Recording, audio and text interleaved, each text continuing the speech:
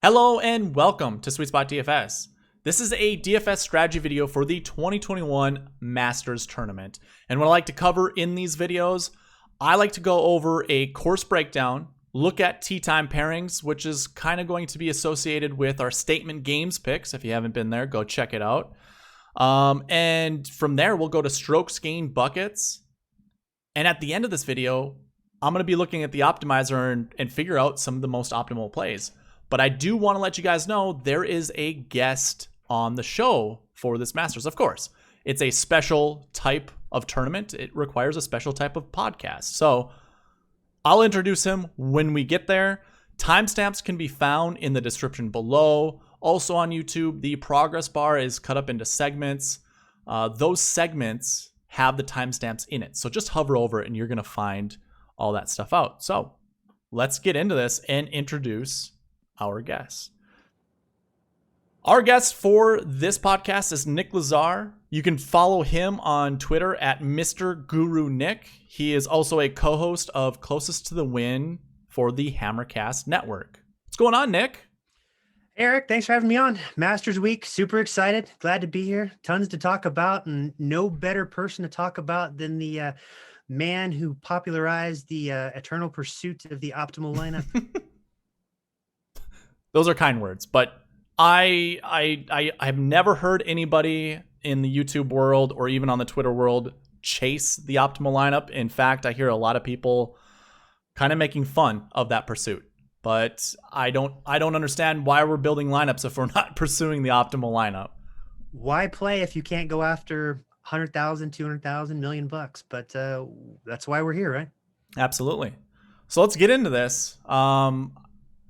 Honestly, Nick, how I feel this podcast where it's gonna be really golden is at the end. Let's get through most of this as quick as we can, but I want your input on it, so do not hold back. Okay. I like to start here with the course breakdown.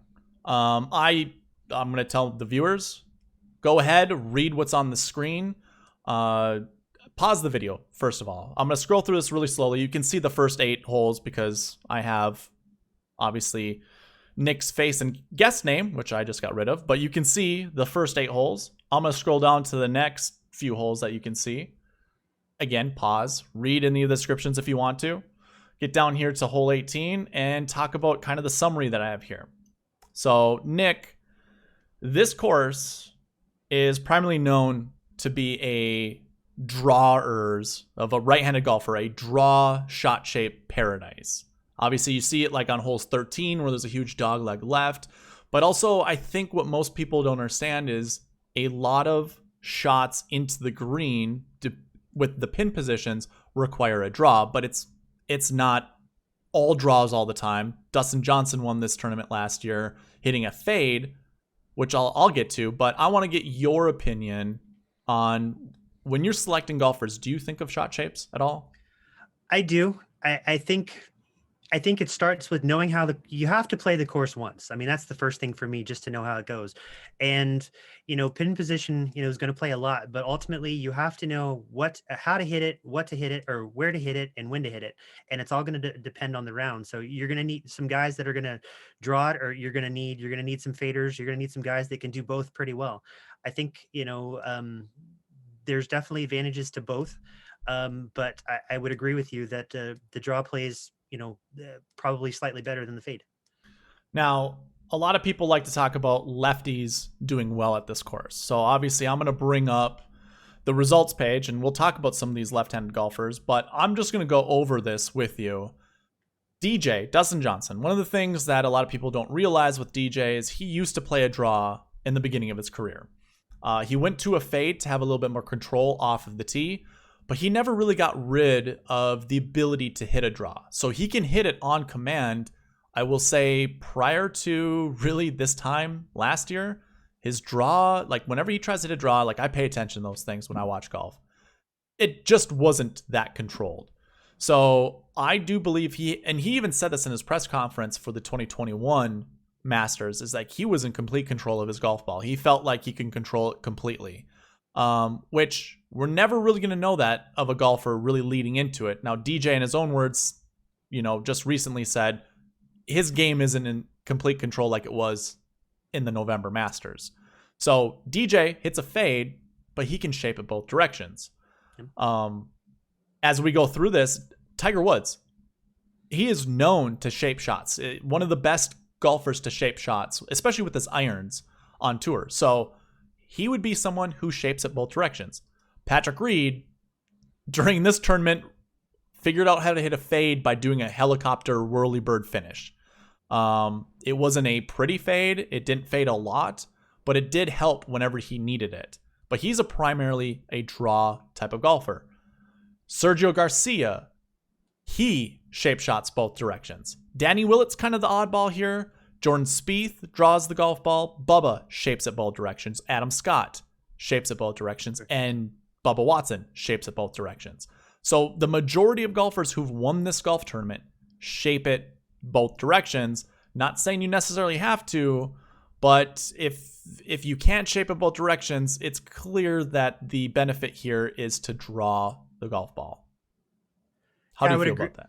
Okay. I would agree. I mean, you're at a slight, disadvantage if you can't do both. But the draw would work for sure. But like you, I would favor guys, and just looking back over that list, I think most of the time, yeah, I would probably pick somebody. I mean, just based on the history, because I mean, the history, it's one of these tourneys where the history plays a lot. So, if the guys you're highlighting now are all, good examples, and you see their names consistently show up on the leaderboard there, they could, they hit the right shots and knew when to hit at the right time. So I think that's, again, kind of something you should be looking for this year. So I'm actually highlighting all the guys who either hit it both directions or a draw. You see Kuchar's name up there quite a bit. He's never been really someone known to hit a draw. So obviously golfers who fade the golf ball, but let's put it a different way. He hits a very straight golf ball despite it being a fade. So he's a plotter. He's really good at plotting and obviously played really consistently. But I'm just highlighting all the guys that I know hit a draw, especially during the times that they played. So obviously DJ last year could hit a draw. I don't think he was really in, hitting draws at this point. Westwood hits mostly a fade. But either way, we see a lot of draw golfers doing well and usually at the top. I'm not saying you should just constantly select golfers or only pick golfers based off of draws and fades. But if you did have a tiebreaker situation between a couple golfers, definitely select those that hit a draw over a fade, or those that shape the ball both directions. Absolutely. I'm actually going to plug something really quick. I didn't plan to do this, but I've been giving this away, this optimizer that's on the screen. And within that optimizer, I actually have a dream sheet that has all the information we're going to cover, which has shot shape included. So if you want this optimizer, all you have to do is subscribe to the channel, like the video, put a comment in the comment section below. Tell me, when you start your lineups, are you looking at shot shapes or no? That's all I want to hear. You don't have to put anything other than that. And then you're going to have to email me at SweetSpotDFS@gmail.com telling me you're interested in this optimizer. Or there's a second route. If you're on Twitter, you have to follow me. Nick, I kind of forget to mention that. You have to follow me. And then you have to like the tweet that this video is coming out on and retweet it. And those are the only things you need to do. I'll actually reach out to you that way saying, hey, do you want this optimizer? Everybody who's shared or anything like that over the last couple of weeks of tournaments, I've sent this to you guys. So you should have it in your inbox. If you don't, message me. But I'm 100% sure I've reached every single guy. Well, let's put it this way, 99.9% sure I've reached every single guy. But I was going to say, not only for this shot shape, which is going to be something you're not going to find elsewhere. There's so much other just valuable material that you could use, and Eric's willing to give this away for just, a Twitter follow and a comment on YouTube. It's something you should jump on. This is one of the most impressive things I've seen. And, there are things on here that most other people don't have. And that's one of the things that separates them from somebody else. So take advantage of the free offer. It is pure gold. And on a week like this, when information and data and trends is key in a smaller field, this is something you definitely want to do. Thanks, Nick. Appreciate that. So again, that's all you have to do. This is something that I envision in the future not being free. It's going to be behind a paywall. So obviously, take advantage of it while you can. Let's go ahead and get back to our shot shapes. I really don't necessarily have that much more to talk about when it comes to shot shapes. Personally, I'm still, if there's a lesser known guy, I will choose a draw over a fade. So like a Sebastian Munoz, for instance, a golfer of his ilk, of his current levels of, what am I trying to get at? Golfing skill, Skill. golfing form, notoriety in the world, you know. No, skill's the word I was looking for. I have all these words in my head. Obviously not the greatest words, but yeah, no, skill. Of his skill, if I'm looking in the 6K range or something like that, and I'm trying to choose between someone who fades a golf ball or draws a golf ball, I'm probably going to lean that way with someone who draws a golf ball. And we'll actually talk about this at the end of our video when we're trying to compile our best plays. I will definitely mention shot shape, and we'll get into it from there. But let's move on. One of my favorite things to do during the strategy video, looks like I have my filters on right now. Oh, your picture's in the way. It's okay. I didn't think about that when figuring this out. So we're going to talk about, I'm just going to hide some of the stuff that might be a little busy work. Let's hide this stuff for now too. We're going to talk about tee time pairings. So my favorite. Usually what I like to do is use this dark green, light green. Obviously forgot to delete the little note that I have here. I didn't color it this time. Instead, what I ended up doing was, I'll actually move you now right to here. I colored the SS rank over here, the sweet spot rank. Because if the three golfers over on the left, or the three golfers in a group, if their score equaled under 100, like collectively, I colored them. What ended up happening is 5 from the top and 5 from the quote unquote morning, because obviously the Masters does things a little differently, but 5 from the morning and 5 from the afternoon is what I ended up highlighting. So it was a perfect number. Nice. Meaning I'm going to skip past all these guys here in the morning. We can see the guys that actually tee off early in the morning and go right down to our 1 p.m. group. Interesting. I honestly thought I would have had something else highlighted. You know, what am I doing? Not 1 p.m. I'm looking, I got messed up by Friday. I'm going to hide this. Scroll down to our 9:30 group. I'm sure you saw that. Not right off. I was staring. I was with you. I was on Friday too. I was like, wow, that was crazy. But then it makes sense now. Yeah, so. Thursday tee time. So the first group to talk about is Hideki Matsuyama, Abram Ancer, and Harris English. These 3 guys are together. Their collective score is 85 in the sweet spot model. We can talk about some of the other buckets, but I really don't do that during the tee time pairings. How do you feel about this group? Personally, I like Abram Ancer quite a bit, and I always talk about Hideki being on his own island. Doesn't matter who he's playing with. I don't think any type of momentum, like he's not going to be one where the group has momentum, he's going to go with it. Also, he's not going to be the type where if the group just falls off a cliff, that he's going to fall off the cliff with them. Like he's just a guy on his own. That's how I always describe him as. No, I would agree. I don't think it's going to help him. I don't think it's going to hurt him. I mean, if I had to pick a side, I don't think that's a group that's really going to help him, just because I'm not sure where English's game is right now. And I'm not really convinced Ancer's going to do everything he needs to do, but it's one I'd probably watch. And that's the beauty of the Masters app, you know, being able to watch everything, you know, like the Players a few weeks ago. So it's early enough. It's one of the first ones that caught my eye as well. So that's probably about the point in the day where I'll actually start my viewing. So that's an interesting question. Are you starting your lineups like you and I know we've talked about this, but are you trying to avoid the morning primarily because of the tee time, or are you kind of mixing the tee time and the players that go along with the morning? I'm mixing for the most part, but you know, folks seem to do well later in the morning, and the afternoon's got some better mojo as a whole. But, you know, even just kind of staring at your ranks, and we're in this similar ballparks for a lot of guys, there's just not a whole lot of guys really early in the day that I'm just super excited about. And the ones that are, I think, are going to be super popular, super owned, and sometimes those guys hit, sometimes they don't. Right. And I'm not, even right there. I mean, you've got three in a row, 948, 1006, and 1018. And, so from 8 to 930, I'm really not excited. I'm there with you. I just noticed a player that I like this week with Joaquin Niemann being early and not really in a decent group. But here's what I'll say. All three of those guys hit draws.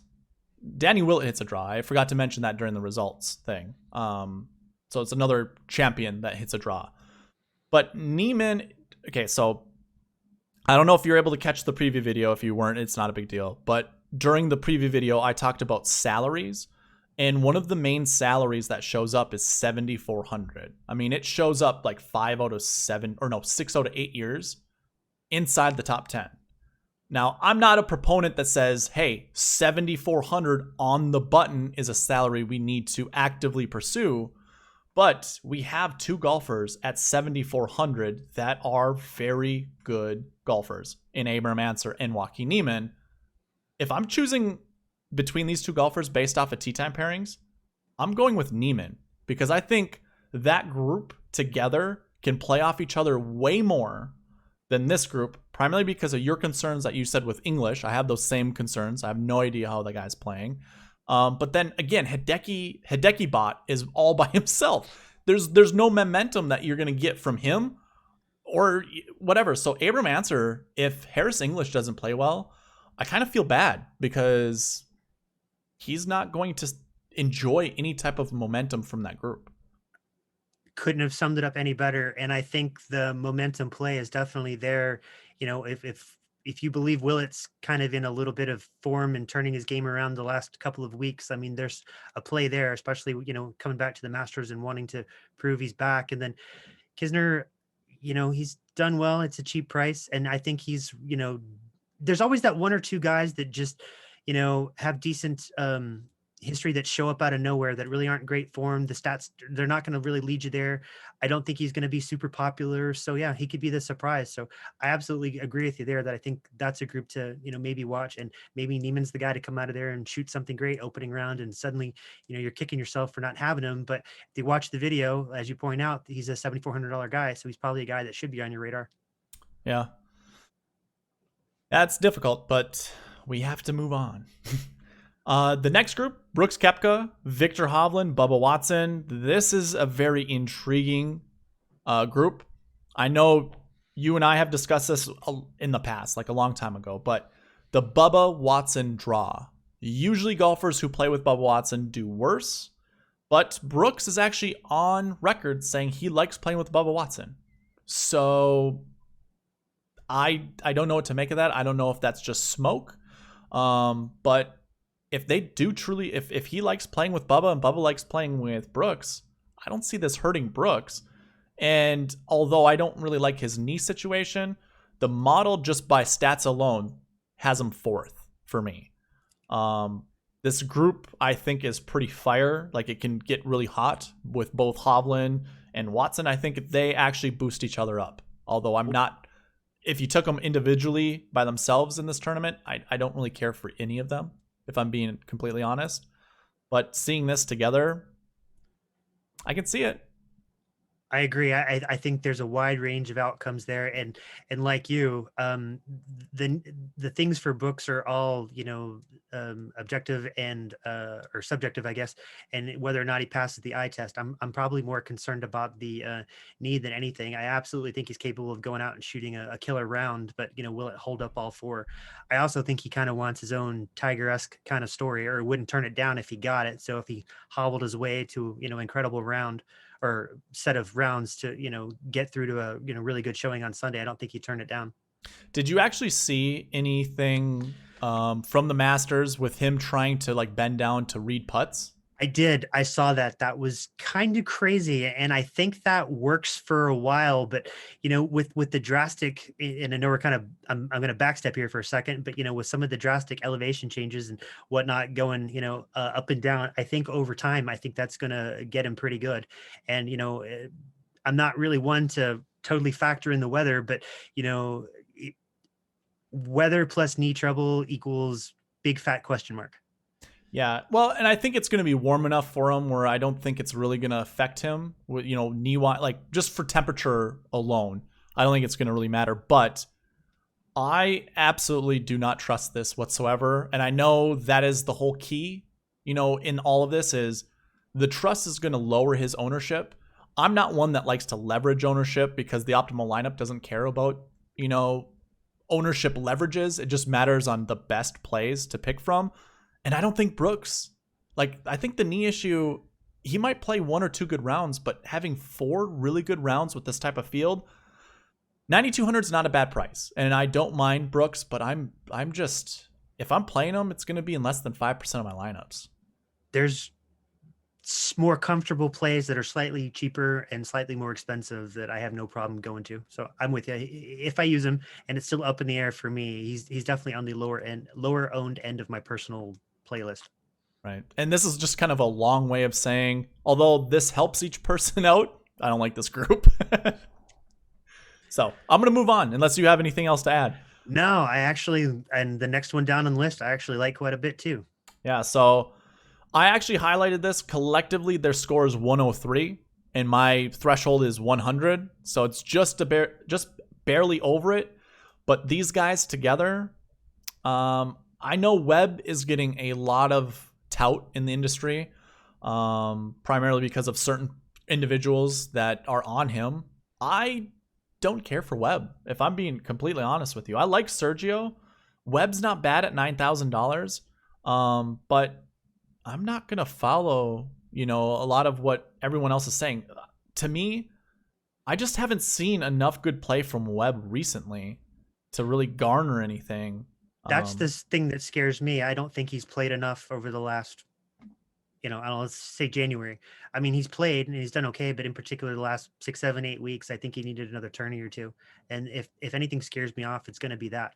However, with, Webb and Bazuna being pretty good putters, if you have any doubts about Sergio's putting, maybe he could, I think the rest of his game is pretty sound at the moment. And I'm hoping maybe Sergio can steal a couple of, putting reads from, Webb and Bazuna and maybe, improve on his $7,900 price tag. Yeah. I opened up the other buckets here. I know we haven't talked about strokes gained buckets yet, but I just wanted to see what Webb's course history bucket was. And him being a 3 isn't terrible. I'm going to recap the summary of these buckets after our strokes gained bucket segment. But him just being a 3 kind of concerns me, but he is a 1 or a 2 in all of the other bucket scores, which is usually a good sign. So I might retract a little bit of my disgust or whatever you want to call it of Webb. I guess I don't mind that play now that I look at it. So I'll take it back a little bit. But I like Sergio and Bezuidenhout. I'm not sure. I don't care one way or the other. He hits a fade and he is kind of a lower price guy, meaning I probably am not going to play a lot of Christian Bezuidenhout. Wasn't he in the optimal 2 years ago? Was it 18 or 19? I don't know. I mean, I know guys show up from time to time, but I kind of personally subscribe to the, hey, if you're in it once, it's kind of tough to go back anytime soon. So, maybe he's worth a play, but if you're really trying to crack it, he's probably not the best guy to use. Yeah. I have no one way or the other. I'll own him. He'll never be more than 10%. I have the 6K rule that I just don't play anyone over 10% in the 6K range, but that's about it. And I think we don't need to stay on this group anymore. No. All right, so the next group, I thought this was going to be the best group of the entire field, paired up together, but there's actually a group better than this one. The collective score of this is 28 between Jon Rahm, Rory McIlroy, and Xander Schauffele. I find this group extremely intriguing. One thing I don't remember if it was, I don't know if we talked about it or if I was talking about with someone else on Twitter. I apologize for mixing this up, but 11 o'clock a.m. is usually where champions come from. Going back to the rest of the years, I don't want to do it on screen because what it ended up. So just I'll show people. I do have tee times saved. 2021, 2020, 2019, 2018, 2017. And when I cross-reference all the champions of all of these, we either see 11 a.m. or we see 1 p.m. It's usually one of the two tee times. 2020 was a little different though. Like obviously with the shortened daylight or the smaller window of daylight, they had to really make tee time pairings a little different. So I'm not going to use 2020 really. I think DJ had a 12 o'clock tee time. Yeah, 12 o'clock. I equate that to being a 1 p.m. start because of how much they had to squish in. I'm sure he would have been somewhere around that 1 p.m. So fun little trend analysis there with tee times. It's fun to talk about. I'm not going to be fully in on it, but as you can see, there's no one of kind of decent skill level. Everyone is 6K and really bad, from 11 a.m. So I'm going to substitute that 11 a.m. for 10:42 a.m. Like 10:40 and 10:54. There's a real good chance we're going to see first or second place out of these next two groups we talk about. And the first one, obviously, we're talking about is Rory, Rahm, and Schauffele. Where do you start?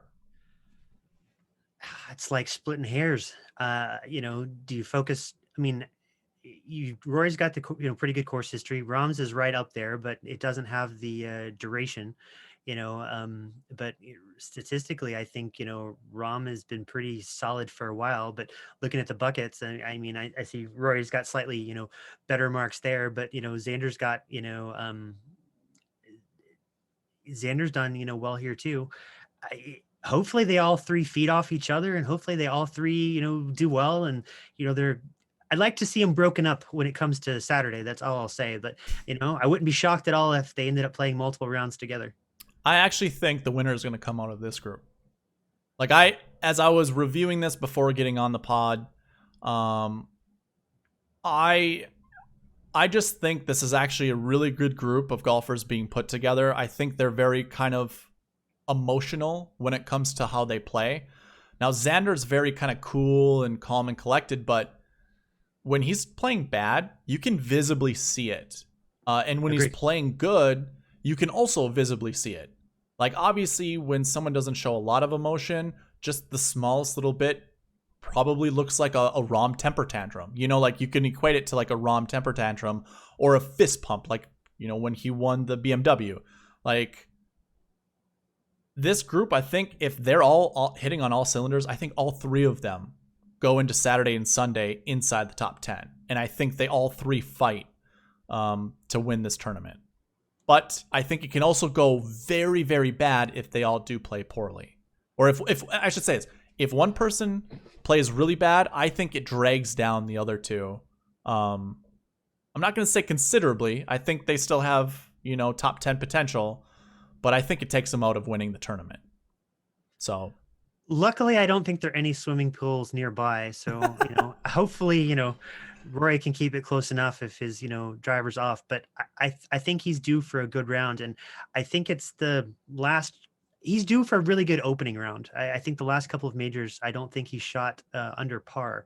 And with his history here and the fact that, you just keep waiting on him, and the fact that I think Rahm's going to come in probably juiced up, ready to go, with his wife having the baby last week, I agree. I think they'll both feed off each other. Hopefully Xander has enough juice to kind of hang with him, but Rory and John Rahm have played enough together that I think they're an okay match. And for sure, I think as goes one, will go the other. Yeah. And I'm there with you. I've been behind Rory so much just to see it kind of all fail. Like at the API, he's one of the most expensive golfers there. He finishes 10th. That's not terrible. Plays really bad at the Players Championship after it, and then so there were like signs of dominance at the match play. Agreed.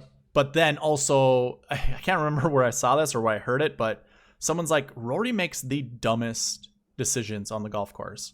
And it made me chuckle and realize, yes, he does. It doesn't matter when he has played.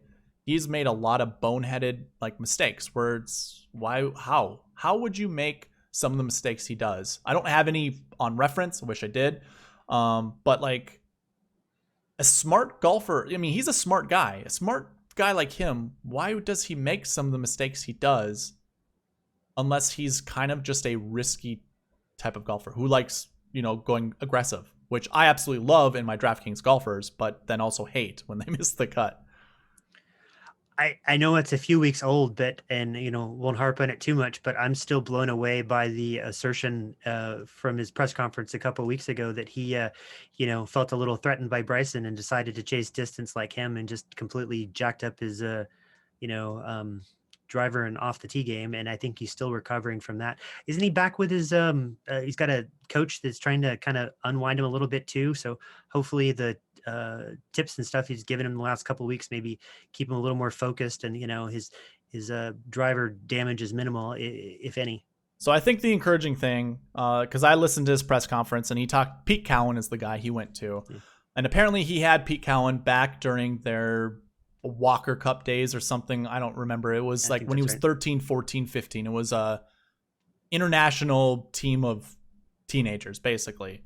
And that was the first time he got along with him. But why Rory went to him is to understand more of why golf balls do what they do in the air based off your golf swing. So obviously most golfers know to look at your divot pattern, to determine where the swing path is coming through the golf ball, because the divot pattern is going to tell you. Divot pattern with what the ball flies is going to give you all the information as a golfer that you absolutely need to know.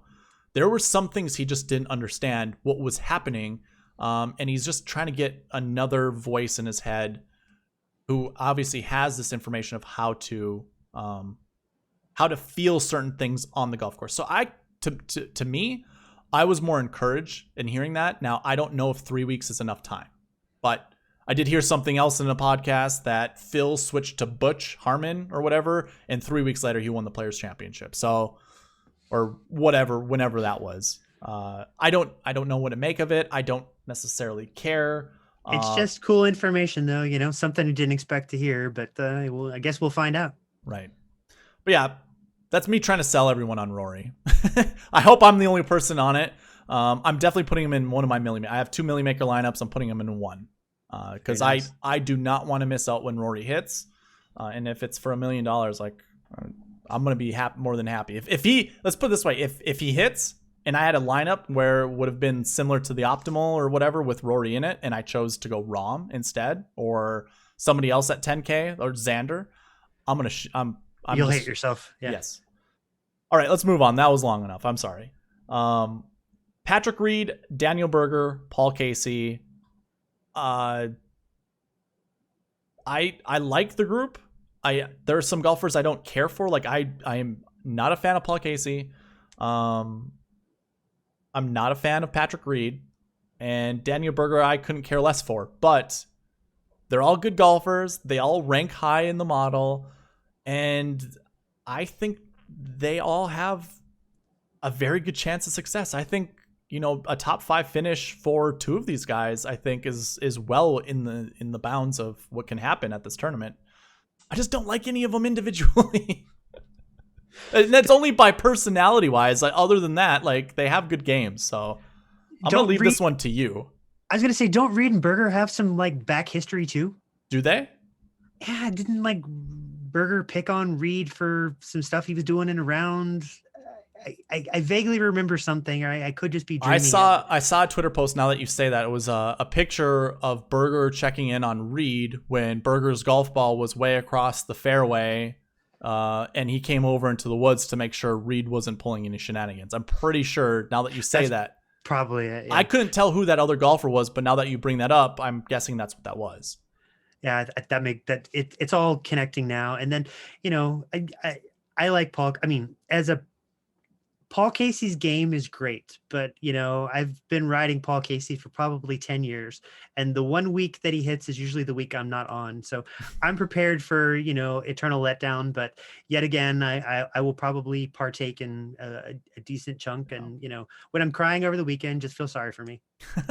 Paul Casey, I feel you on that. I think what Paul Casey does is when he's way overly priced. So obviously when people do that analysis of, well, hold on, Paul Casey is usually around $7,700 to $8,200. he's 94 in this tournament. Like, screw that. I'm not playing Paul Casey. That's when Paul Casey wins. Yeah, there you go. Yeah. With that being said, him at 77 is exactly where he should be. He's going to break hearts. So throwing that out there. But hold on. Wait, one last piece. 7,700 is another one of those salaries that shows up inside the optimal lineup frequently. So, but wait, there's hope. There is, and I think he is the only guy at 7,700. Yeah, I don't think they started doubling down until 75 or 74. So I think you're right. I'm gonna go ahead and just look at this really quickly. Double check, yeah. So 7,700, he is by himself. So if you are a firm believer in that type of, whatever you want to call it, it's definitely all within the means. He might be in the optimal lineup. All right, so we skipped past a bunch of other 6K guys coming down here to our next group that starts at 1 p.m. So this is the time where champions are born at the Masters. The other time champions are born.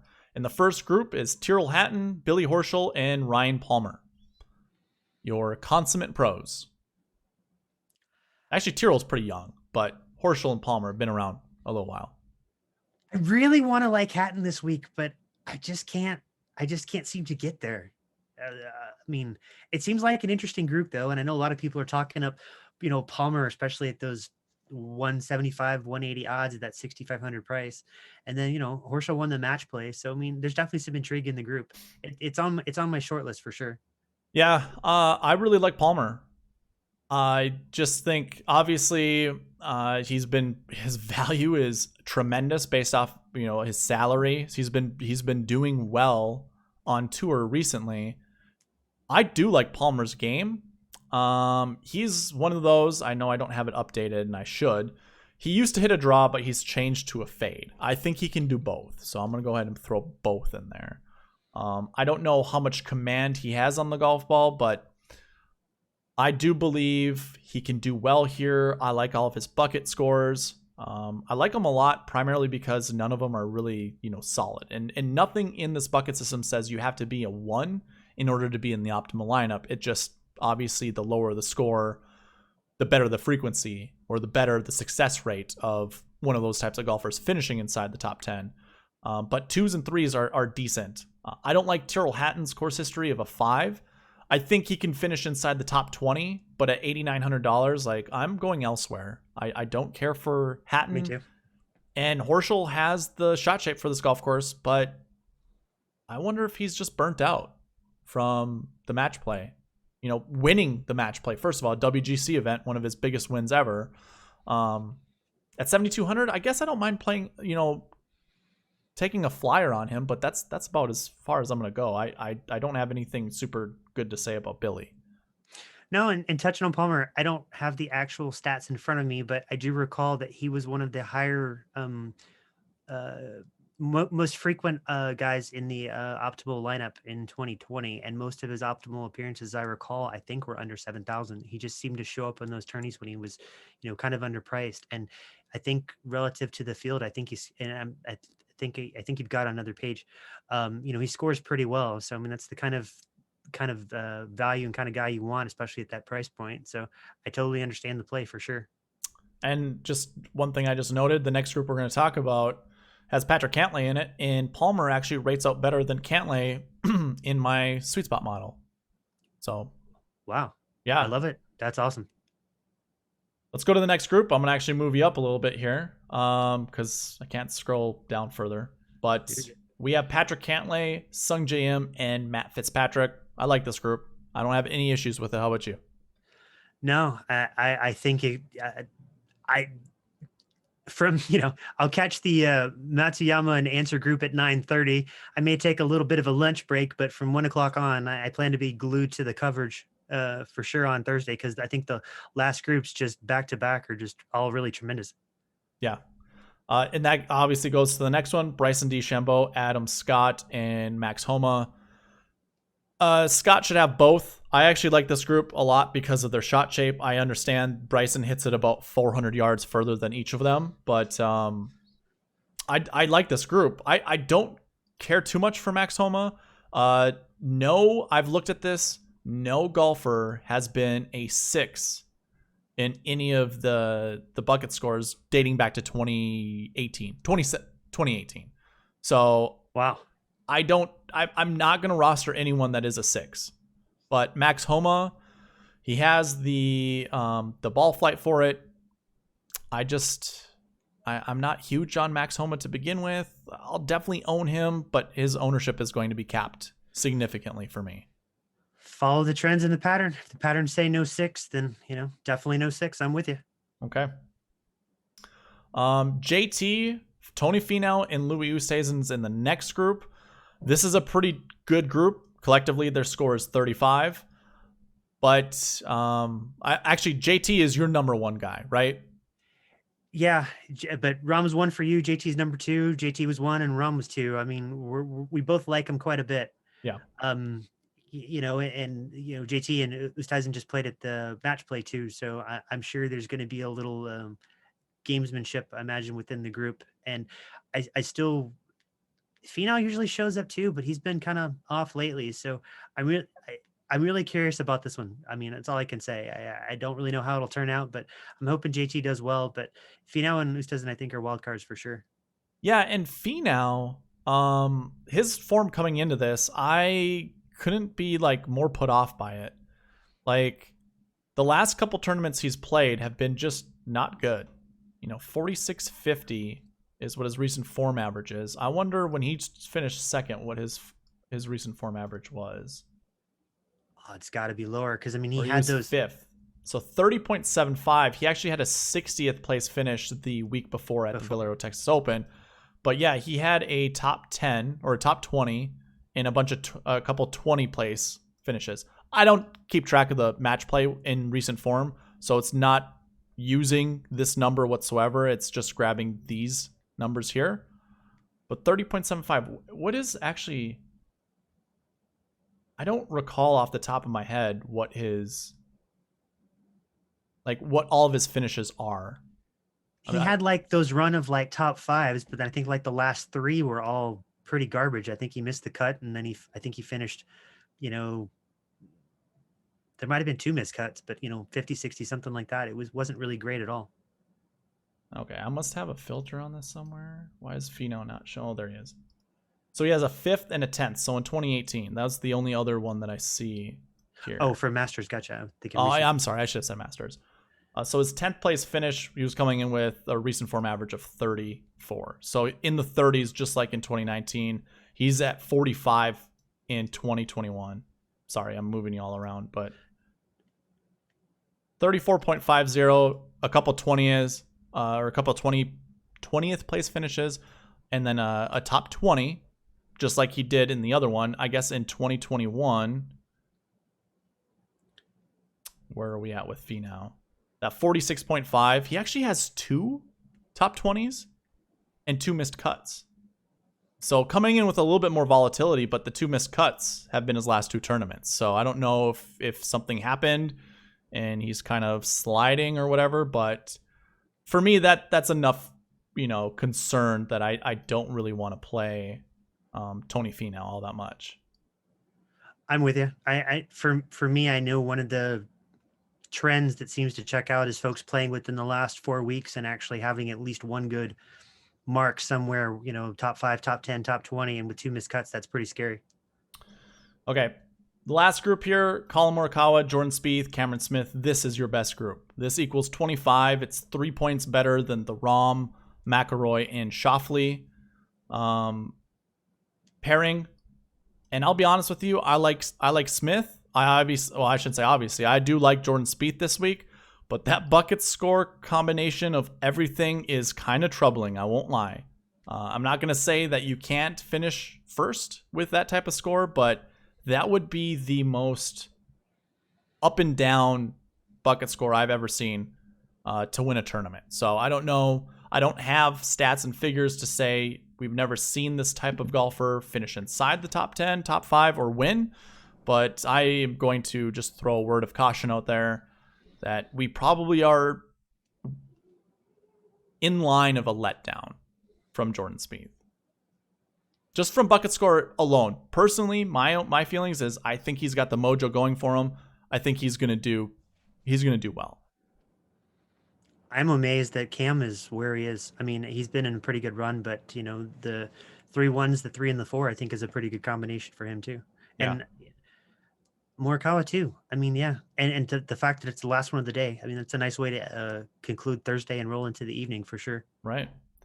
And one of the good things about Masters is, I mentioned this in the preview video, but basically there's a 3.5 hour window. Your tee time starts so 2 o'clock is the end of the day for tee times. And obviously 8 o'clock was the beginning of tee times. You go 3 hours after that. So you would hit this 2 o'clock and then go 3 hours up. Obviously 10:54 is nearly 3 hours. Yeah, it's almost exactly 3 hours after 2 p.m. Like, you know what I'm saying? Yeah. Where the tee times go like this, going down this way. So 3 hours this way, goes into the morning. 10 a.m., obviously it's 11 a.m. I think this is a perfect time to go out on Friday. It's not too early. It's not too late. Any type of weather weirdness, I will touch this group no matter if it's in the morning or in the afternoon. But I think there's enough where they're going to get away with for either of those splits that I think it actually plays well for them. I'm with you. I think it's a perfect time. I did not, I mean, I guess I noticed, but I guess I never really paid attention to the 3 hour thing. That's actually kind of, yeah. So I mean, something new every day. See, you're full of great stuff. So if we go from 10:06 Brooks Koepka, 3 hours after, it's going to be 1:12, nearly like 3 hours. And then obviously you can see that kind of just correlates with everything else. But yeah, one thing I will note though that I've totally forgot about is that 10 o'clock tee time we'll have the last groups out. There will be the last groups out on Friday, and I don't really like that. But again, if I go back to the tee times and we look at, I know I said I wasn't going to do this. We're 45 minutes into this thing, and we haven't gotten past tee time pairings. That's okay. It's whatever. But 2019, if we look for Tiger Woods, 11:04 a.m., meaning his Friday tee time would have been in the afternoon. So 1:49. 2018, man, my memory's already gone. Who won in 2018? Do you remember? Patrick Reed. There you go. Yeah. Patrick Reed, where are you? Are you in the 11 o'clock? Yeah. 11:15. 11:15. Are you in the end? Yep. The very last one. So just those two tournaments alone, I'm not going to keep digging, but I guess my feelings on it have been proven otherwise. I would have thought it wouldn't have been a problem, but yeah, looking at it with you too, I guess it's not as much of an issue as I thought it would have been. Okay. So this will transition into statement game picks. I don't know if you've ever had the opportunity to come play statement games. It's a pretty fun way of playing fantasy sports. You get to choose statements, and it's all for coins that are free. So you start out with like 60, 65 coins, something like that, and you can kind of build a bankroll. You don't ever put your money into this, but you obviously start a contest. It is sponsored by me, as this segment is sponsored by Statement Games.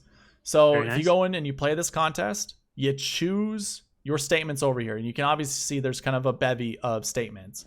You can choose what the cut line is going to be. I think this is a really easy one to choose for me. It's going to be under minus 3.5. The cut's going to be like +1, +2. So this is like easy money. Overall tournament winner score, I think it's going to be around somewhere between 11 to 14 under. So obviously for me, it's going to be under the 15.5. So like these for me, I'm actually going to put at the top once I get through this. But these are the 3 matchup picks that I'm going to cover. And I want to know what your opinion is on this. I'm choosing Jordan Spieth as my number 1 matchup pick over Scottie Scheffler. I think it's a slam dunk. I completely agree. I think Spieth's got the profile to do really well. He's riding the momentum.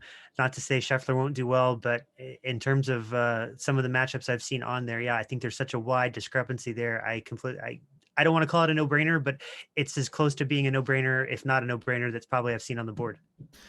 The next one for me might be a little bit controversial. I'm picking DeChambeau over the defending champ, Dustin Johnson. I don't have a problem with that because I know the defending champ narrative is not really good.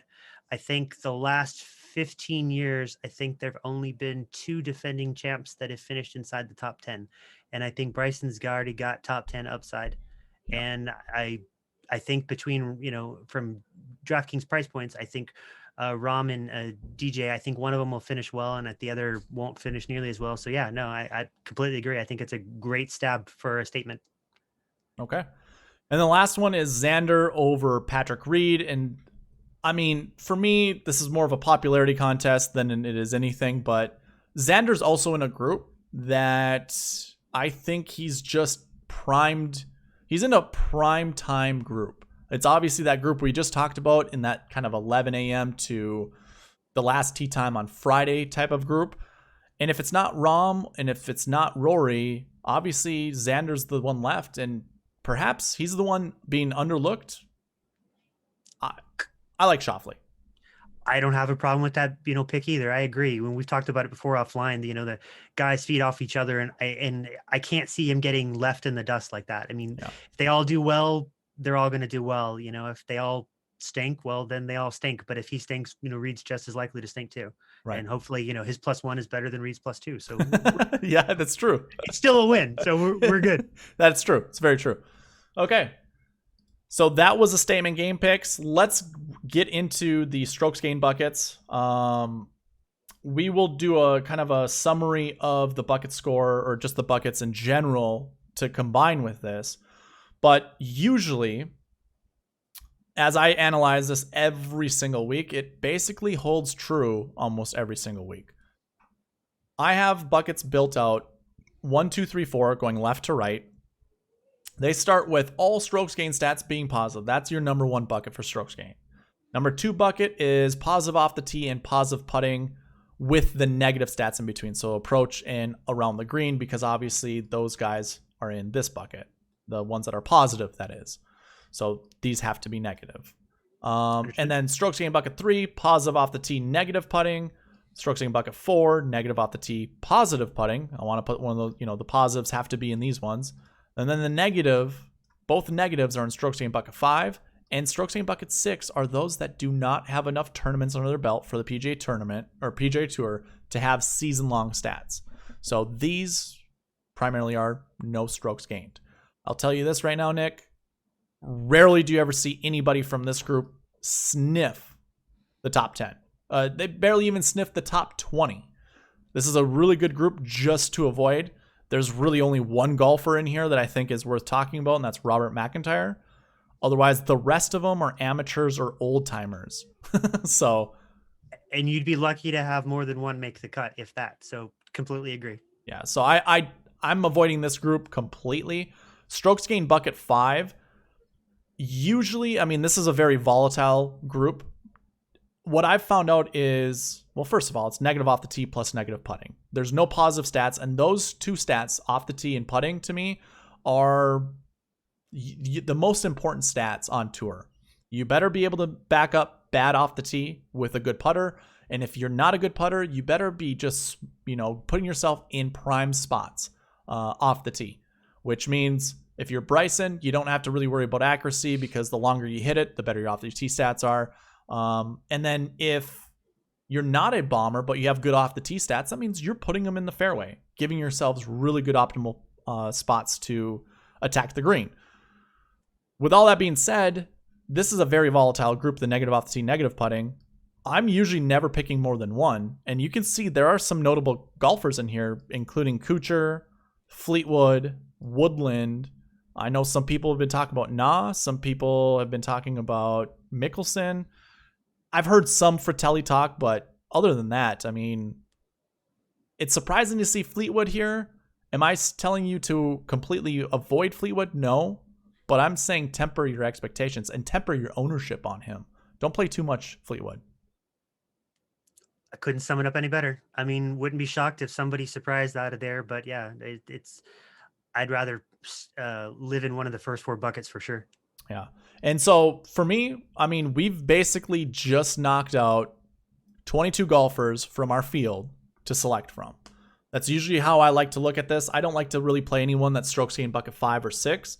So right away, when I go to the optimizer, I'm probably going to lessen their ownership, like my max exposure to them.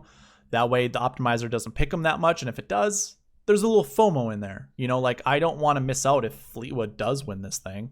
So, excuse me. Have a rodent coming up here. Anyways, yeah, so 22 golfers out of here. Let's move on. I'm not going to stick here. I then go to strokes gained bucket 1 through 4 and just talk about 1 through 4. Let me go ahead and just move you to the middle here and talk about strokes gained bucket 1. This group is pretty large. I mean, it's the largest bucket group for strokes gained, and it starts with Bryson, and it goes down. This is all based off of salary, and then it goes down to Matt Jones. So Matt Jones is our cheapest golfer. Bryson DeChambeau is our greatest, the most expensive golfer. But look at the group. There are so many elite plays, golfers in this strokes gained bucket, but usually, I mean, I think we're probably going to see somewhere around 6 golfers. But any given tournament, you want to pick somewhere between 1 to 3. So with that being said, 1 to 3, can you even get there? Like, can you even exclude picking a 4th or even a 5th golfer from this group? No, I mean, there's probably, you said, probably 6 is a good number. And yeah, I mean, there are probably 6 right off that I want, and all different price points. And, if we had 100,000 salary DraftKings marker, it wouldn't be so bad. Yeah. I just take the 4 at the top and move on. But no, it's a tough group to narrow down. But, that's why your sweet spot number is pretty good, because, you look for, you have your favorites here, but, when you get there, you've kind of done some of the work for us. But, I like some guys at the top, like some guys in the middle, even like some guys at the bottom. So, pick a handful and hope it's good. So let's validate some of this stuff. If we go to 2020, and I scroll over to the strokes gained stat, these are season-long stats once again. So they're in these columns here. Let's move you right here. It's fine. And if I were, okay, so positions 1 through 10, let's go ahead, clear everybody out except for our top 10 golfers, because obviously the optimal lineup is really just looking at top 10 golfers. We have each one of them right here. When we look at all the golfers here and we look at their strokes gained bucket scores, we have 1, 2, only 3 from strokes gained bucket 1. Now, I guess the better thing is how many golfers are actually in this bucket. Let's actually open this back up. So there's only 3 that showed up inside the top 10. There's actually less in this year. So there is definitely a percentage game yet to play. So there's only 10 last year that were strokes gained bucket 1 golfers. And it might be because it was the end of the year, and the beginning of the year might have just better stats because there's less of them. But I guess the majority of these guys, you can see, yeah, the ones, they were a bit more successful than I was going to give them credit for. It's funny. I want to note something really quick. This grab 3, this was my first realization of putting strokes gained bucket combinations together. So I have all of these weird tags that I put next to it. So like a web. I believe web was like find a negative off the tee guy with positive everything else. A Finau was find positive everything except for around the green. So like that's, I had categorized them here. This is kind of the birthplace of the strokes gained buckets. Look how far you've come. That's awesome. Yeah. It's kind of fun to look back at this, because this was in November. Obviously we're in April. Yeah, 5 months. That's kind of a long time, but within those 5 months, it's all about evolving and trying to get this, better. But how about this? Let's go to 2019. I do believe I have the stats here as well. Okay, perfect. I do. A little bit different format. This isn't in the dream sheet format. But if we go 1 through 10 here and look at everybody that would be positive off the tee, gosh, there's a ton. Here, let me get rid of the riffraff. So we have, I don't have it by strokes gained buckets here, but basically all of our golfers here, we have 10 that I've just highlighted with positive off the tee. I like to look at the negative off the tees first, just to see, or negative putting first, just to see how many strokes gained bucket 3s there are. There's only 1. Let's count all of the pause of everything else. There's 2, 3, 4, 5, 6, 7. Okay.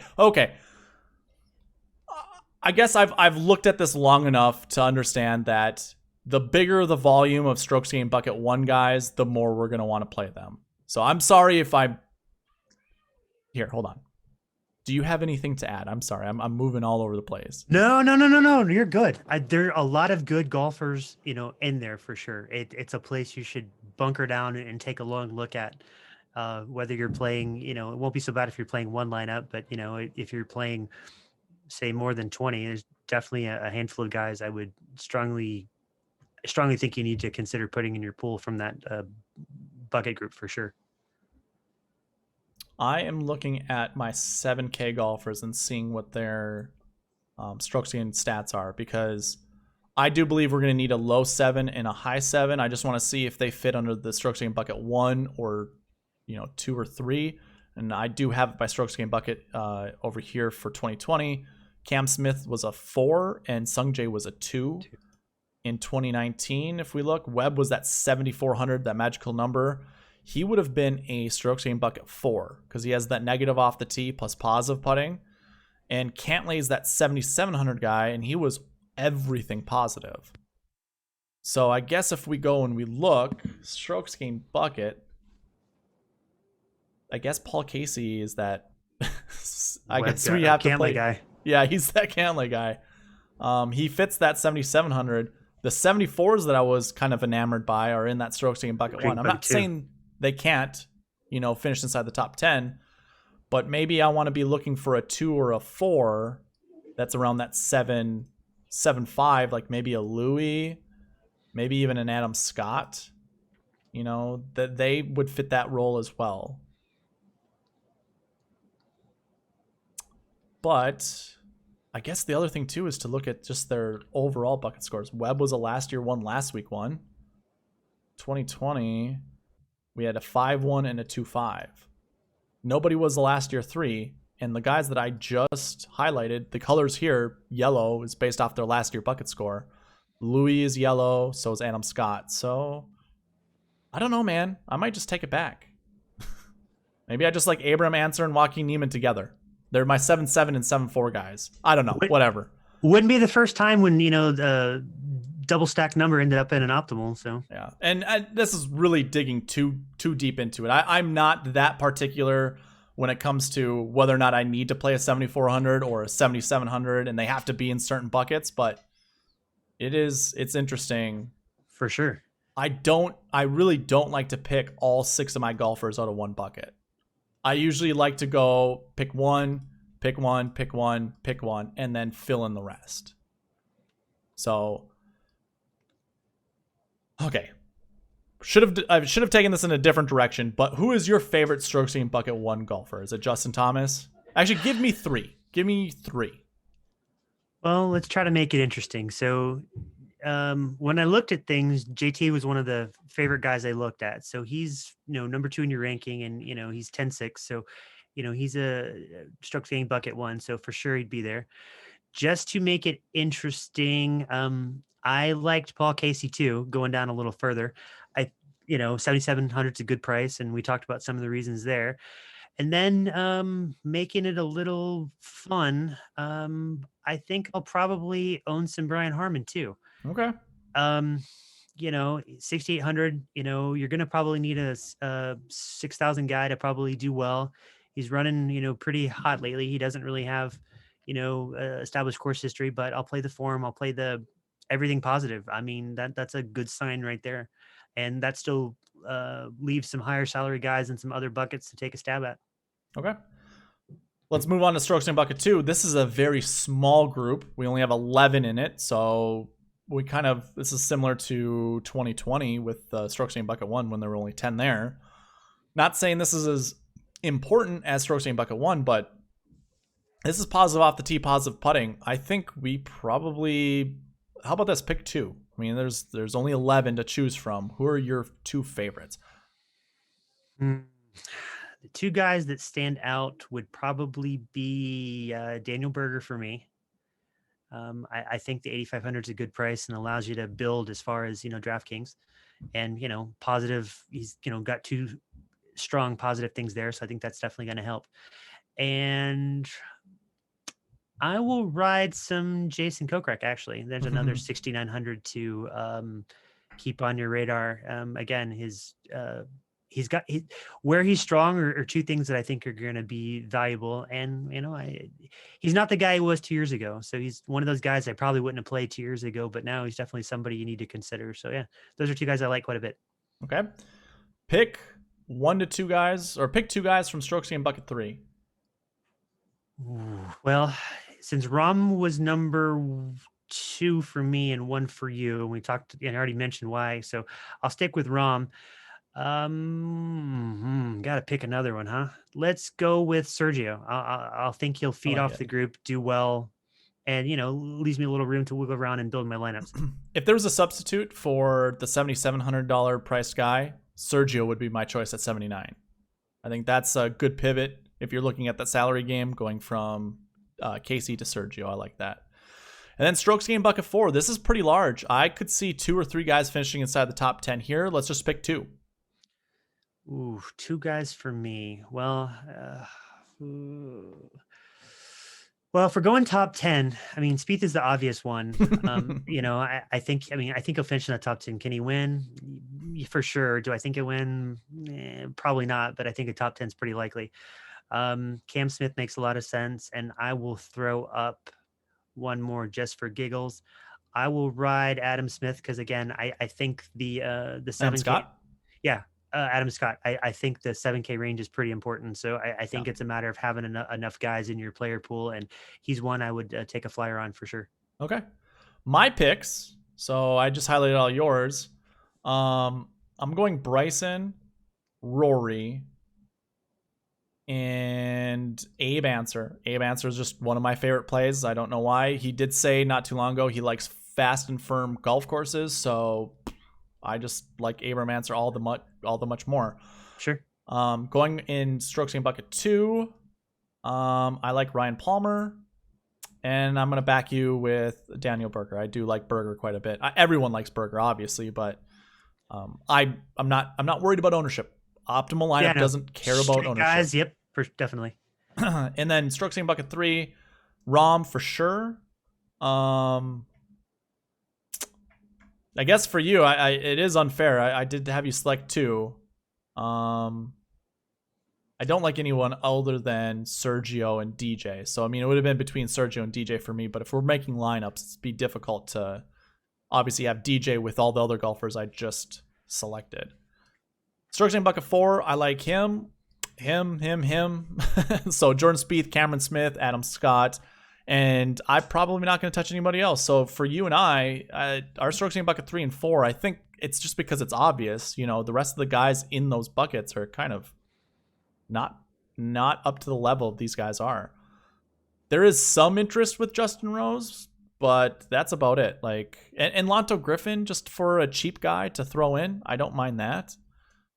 But yeah, they're definite flyers for sure, but there's nobody I'm jumping up and down like, ooh, you have to take that guy. I'm not jumping up and down saying, ooh, I'm going to take Jim Herman at 6,000 in Strokes Gained 3. That's just not going to happen. Right. Okay, so that wraps up Strokes Gained buckets. Overall, I know you and I haven't done something like this, and I know you've kind of looked at it. What's your initial take on Strokes Gained buckets? I think it's pretty good. It's another way of breaking down the field without just staring at a bunch of stats or, you're deciding for yourself. You're not, it's in front of you. Like, hey, I mean, it makes sense. This guy is, everything is clicking for this guy. He's got a really good all around game and you want him. This guy's hitting in the, 2 main areas, and maybe he's, slacked off in 2, in one area here. So that's why you put him in 2, and you've got the flip in 3, and you've got the flip in 4, and 6 makes sense because, you have the old guys and the, amateurs. And most of the time, even over the course of the whole year, I mean, maybe they show up one tourney or something where it makes some kind of sense. But for most of the time, yeah, you want to live in 1 to 4. So no, this is great. I wish I had come up with something like this. So kudos to you, my friend. Thanks. I do intend, I'm going to go right to our summary, or the summary page for the buckets. And I'm actually going to bring you back over here since it's easier to look left to right. This is the summary. And for me, it was just easy to kind of go by a summary. And I intend in the future to put salary buckets here as well as strokes gain buckets in the same kind of format to show you the frequency, how often something shows up inside the top 10 over a certain amount of years. Strokes gain, it's hard to find any data that goes back past 2015. And same with salaries, because DraftKings didn't really take off with golf until, 2015 was with the Masters, and I believe that was like its first tournament that it ever did any contest for. But outside of major championships, we don't really have salaries until we get to like 2017. So like trying to figure out some kind of, frequency model is probably going to be difficult, but I do intend to add that in the future so you can see the total amounts, within a salary range or within a strokes gain. Well, it wouldn't be so much a range. It would just basically tell you it's positive off tee, positive putting, or anything like just basically what we just went over. So that's somewhere in the future. That isn't right now. Right now is looking at what you see in front of you, the bucket summary page. When we look at last year ones, what I like to do is just clear this out so it's not that confusing on the screen. So we're looking at last year ones, or just the last year buckets. And basically, I rank the ranges of where these golfers fall into. Our number one bucket for last year, that 1 to 20 range. So golfers who finished top 20 here last year are golfers we kind of want to pursue. And we've never seen less than 2 golfers per year fit inside this bucket, inside the top 10. And to go down a layer deeper for top 5s, we haven't seen less than 1. So that means we see a top 5 finish from this bucket every single year dating back to 2013. So I think it's a good way to start. And I guess the one thing I should mention is we're going to be talking about this with the optimizer. So as I get through this and we bring in the optimizer, definitely keep that in mind. Last year buckets, I think, are a really good choice to anchor your lineups around. We have 22 golfers in the field this year that are under that last year bucket 1.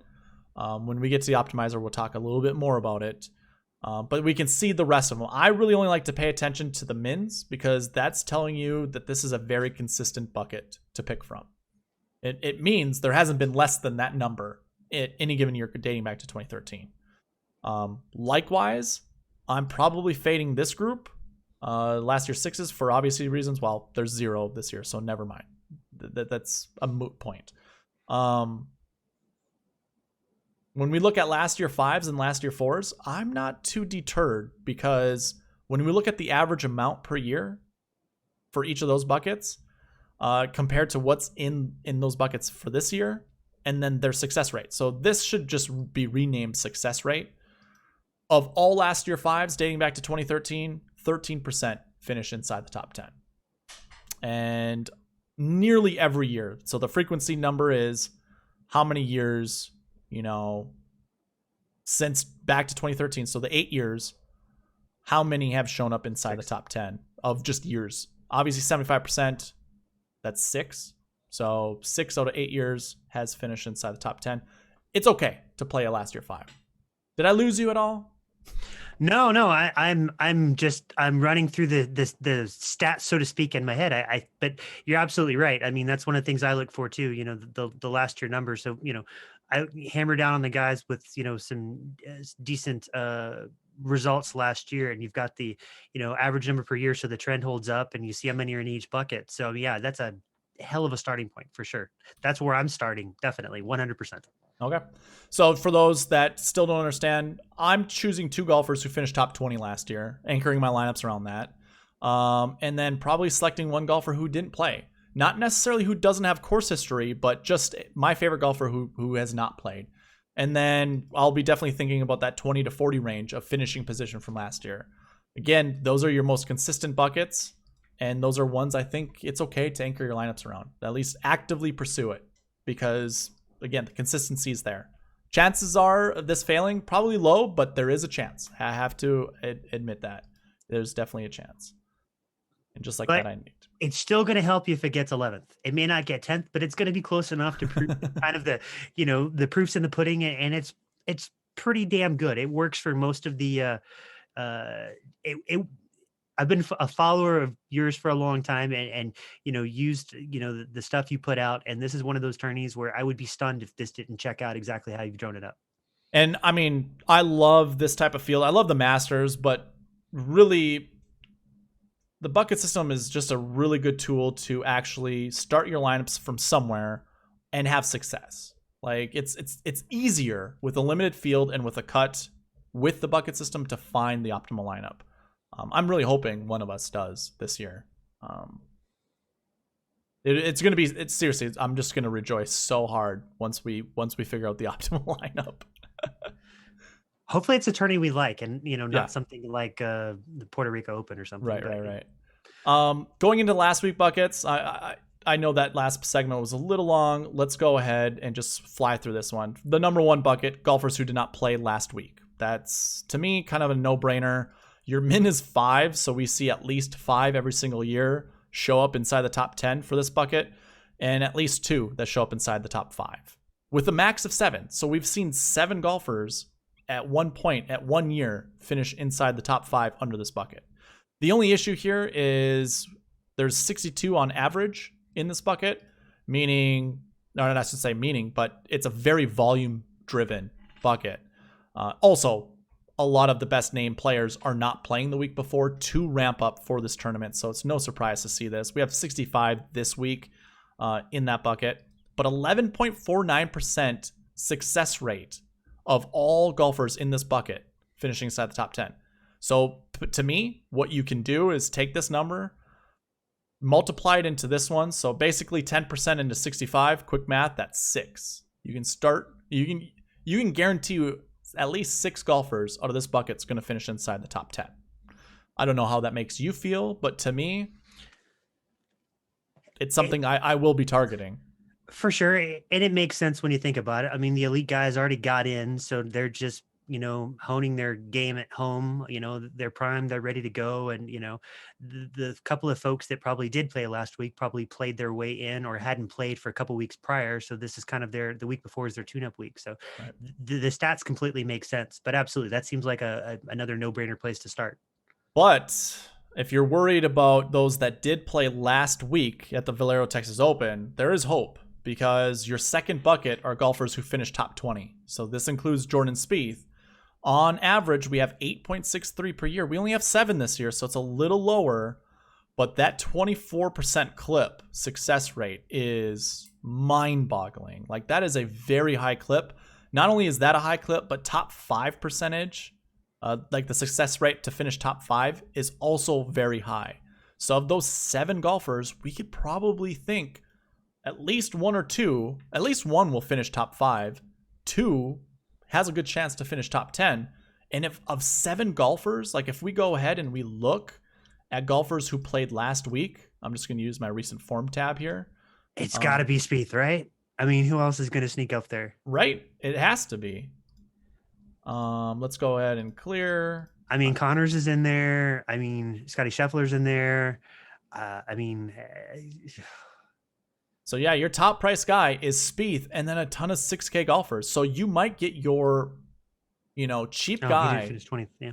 Your 6K golfer from, in the optimal lineup from this bucket. So these are your 7 guys to choose from. I do believe one of these guys is going to finish top 5, and obviously I think the win equity is on Jordan Spieth. But if if you're making lineups and you don't believe in Jordan Spieth, Corey Connors, Kuchar, there's my guy Palmer. Like, you've got your choice. I think, let me put it differently. Since this number is smaller than past years, I'm just going to say one guy is going to finish inside the top 10. And his chance to hit the top 5, I think is going to be pretty high. And I think that's Jordan Spieth. If you don't believe in Spieth, this is the guy to probably pick your $6,000 guy to fill up your lineup from. One of the 6 at the bottom. I mean, 1,000%. I agree with you. So that's just one way to look at it. You can obviously agree to disagree, but I'm definitely going that route. The bucket system kind of paints it out to be that way.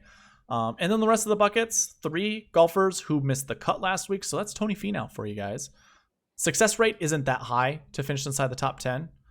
We actually have less this year than we have on average. So you can pretty much think that these numbers are going to be a little like that. There's a lower chance of success for these guys. And then 5 and 6 basically just stay away from. And we only have, a total of 3 collectively in those 2 buckets. Success rate's pretty high though for last week 5. Who could that be? I don't remember who that could be. I'm gonna have to put so it's gonna be between 60 and 80. Actually 40 and 60. That was our 5.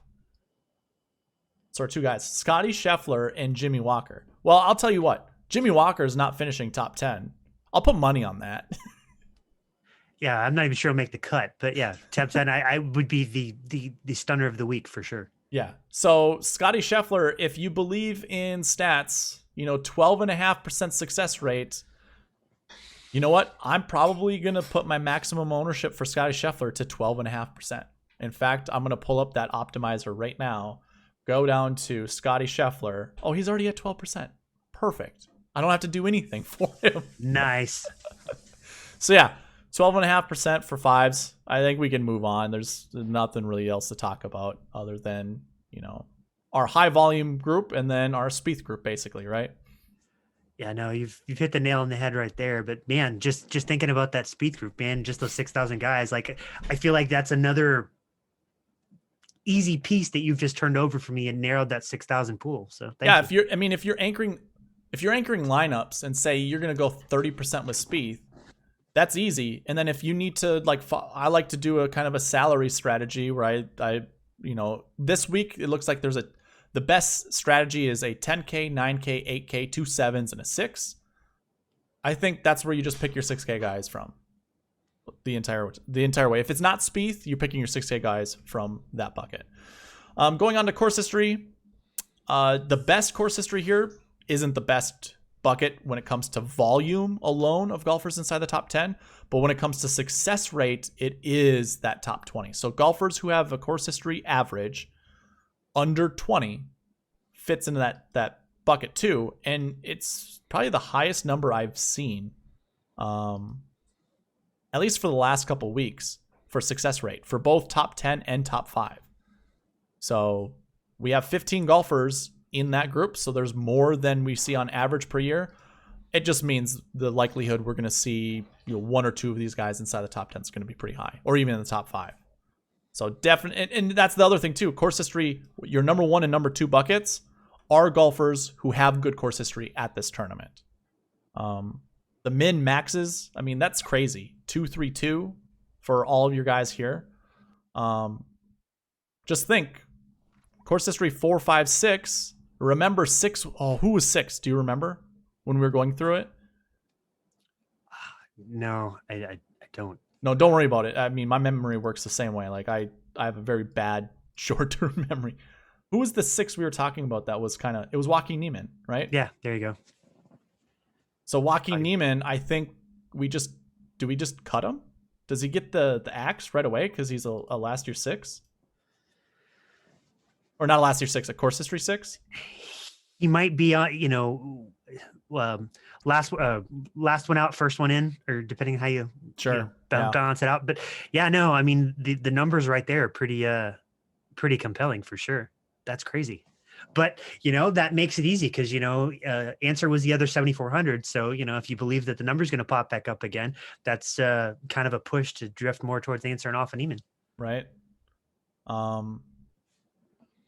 You got anything else with the course history here? Because we'll just it just backs up based on the stats though that course history matters. That's huge right there. Not only does course history matter, but I think this is even a more compelling bucket, the recent form bucket. If you look at 4 through 6 down here at the bottom, the 60 to 80, 80 plus, and did not play, we're looking at a really bad success rate for any of these golfers here. And you can see on average what we see. We see nearly 27 with the recent form of did not play. Those are your old timers usually and your amateurs.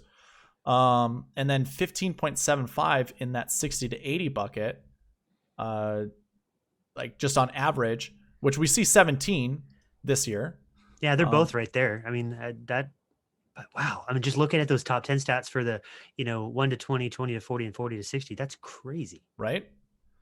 And I mean, we can get rid of 29 guys with recent form 4 through 6. I don't think it's really going to be that crazy to see this. So we want 60 greater than 60, greater than or equal to 60.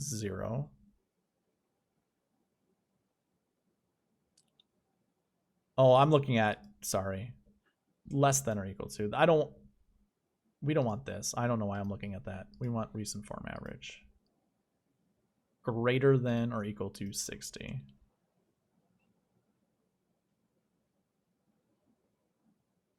Oh, wow. So Bubba Watson, your top price guy. Everyone else is cheap, so we don't really have to worry too much about some of these other guys. But notables, Watson, English, Rose, Wolf. As a whole, maybe there's one guy that sneaks up out of this group, but as a whole, fading the whole thing, I don't think is terrible. I mean, I'd be stunned if more than 2 guys came out of here and possibly did anything. One, I wouldn't be shocked, but Bubba's an interesting pass for sure. I had issues with English. Maybe Wolf's on the comeback. I don't know. Rose is pretty classy, and then Ortiz has got some chops too. But yeah.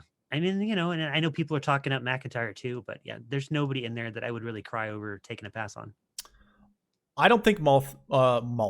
I combined Matthew Wolf into one word. I don't believe Wolf has the mind space for this, the mind like set for this type of tournament. The bright-eyed, bushy-tailed, guy that Wolf is, I don't think he's the type of golfer that can excel at this type of golf course. You need absolute focus all the way through. I don't like Wolf, and the fact that he's in this bucket just means I'm probably going to play less than 4% of him. And he's, playing in a group with Day and Champ. I don't think that's really going to help him either. And so, yeah, I mean, that makes him playing with Champ and Day, I think, is just an easier fade for all three, probably. I'm setting it right now, 3%. I don't want to even touch. I don't want Wolf that much.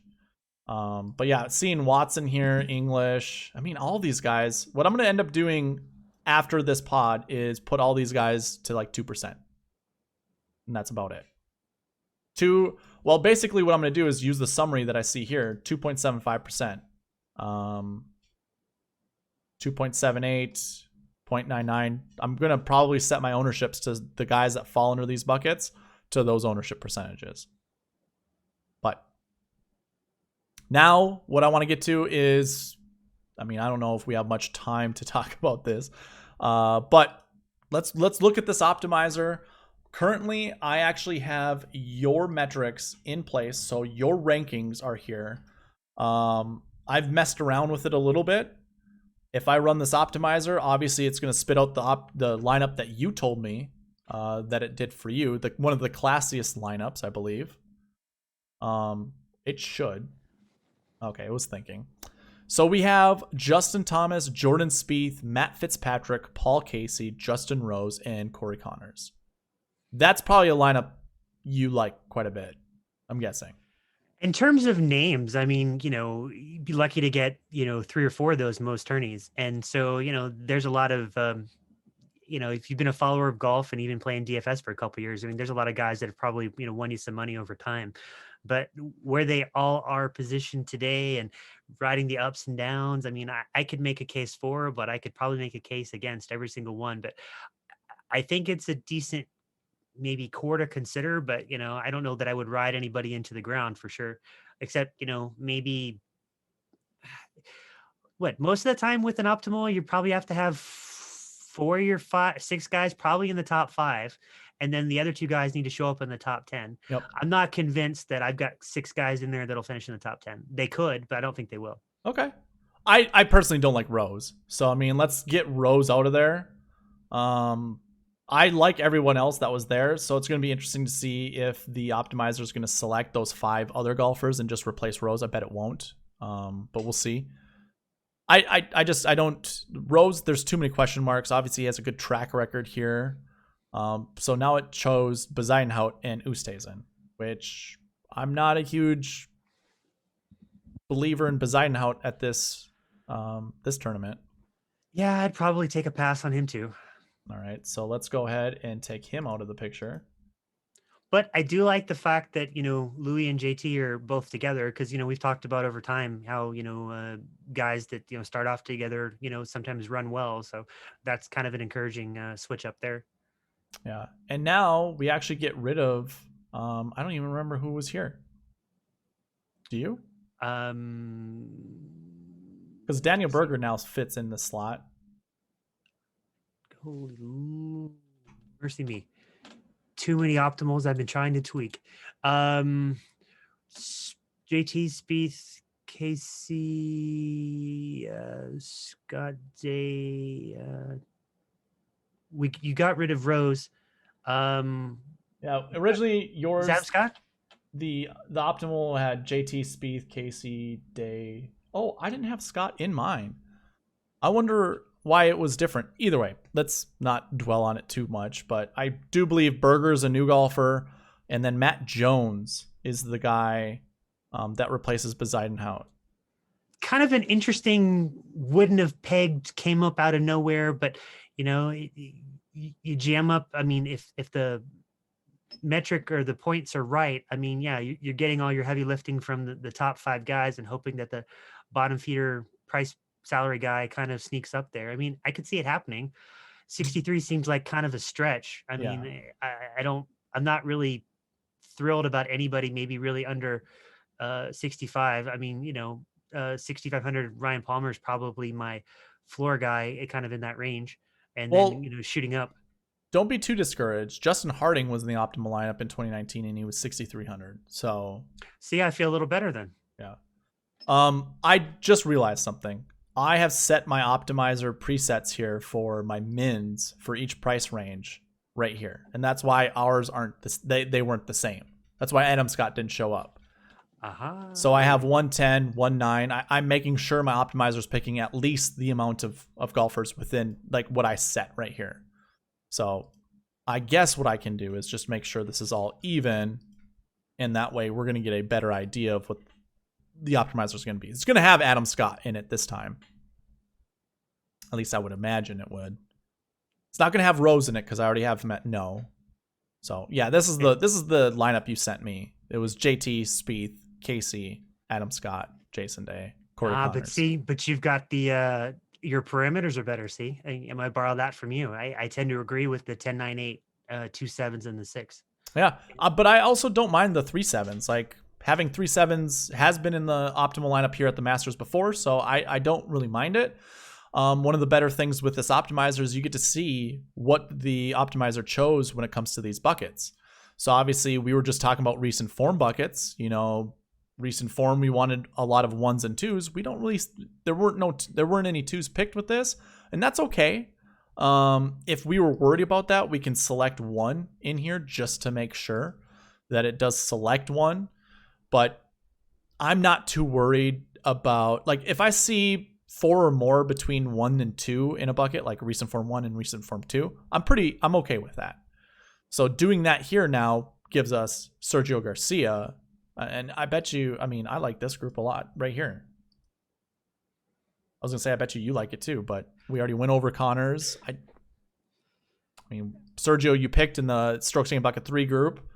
There's a lot of good names there. I'd be happier if that lineup maybe left me $100 or $200 because I could use that and kind of play around with a couple of guys. But even for spending the whole thing, yeah, I think it's pretty solid.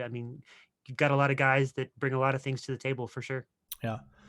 Okay, so let's go ahead and I'm just going to go across here. You guys can see all the nice fancy work that goes behind this. I'm going to copy over the scores of mine.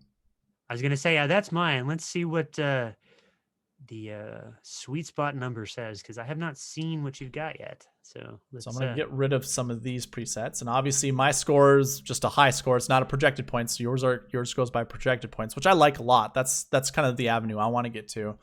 But I will say this with yours, because the number's so small, the discrepancy is much larger than mine. Mine's kind of more of a all around, not all around, but it's a, I don't want to say watered down number, but I don't know if you follow where I'm getting at. I do, but it gets you the guys there, and fits the put your perimeters in place. Oh man, that hurts my eyes just looking at that lineup. Yeah, I noticed the recent form thing was here. This wasn't the lineup that I ran when I first did it, so we're gonna rerun this, and there we go. It's much better. Well, do you have your 10-9-8-7, or you're gonna jump to that? No, I don't have that set right now, but Okay. this is what this it would is just be. Natural by itself. Yeah, see, I could go with that. I don't. We were interchangeable on Rom and JT. I Right. mean, you talked up Palmer, and at the price, it makes sense. And he's definitely a good 6K guy to have in there. And, we both, like Berger, and, you had Casey ranked up there too. I know I was probably a bigger fan, but, and then even, Cam and Fitzpatrick in the middle. I mean, that lineup's definitely got some juice too. Yeah. I have no problem playing something like that as is. So my big thing here is I don't really want to get caught up with, putting too many constraints here. I don't mind doing the 10-9-8, like that's fine. But I really want to make sure there's two 7K golfers, because I do believe we're going to see that in the optimal lineup. So I'm just going to put those as my presets, and I really like the lineup that shows out off of this. It's very similar, but it has my guy Abram Answer. It has my two price tags right here, 77, 74. And Palmer, who is my 6,500. Like, this is a group I really like. Maybe I don't like Brooks. I actually don't mind Brooks, to be quite honest with you. But if I were to, put him as a no, what I would really wish this was Jordan Spieth. But obviously it's using 50,000, and I can't get there with Jordan Spieth since he's 94. So let me run this optimizer.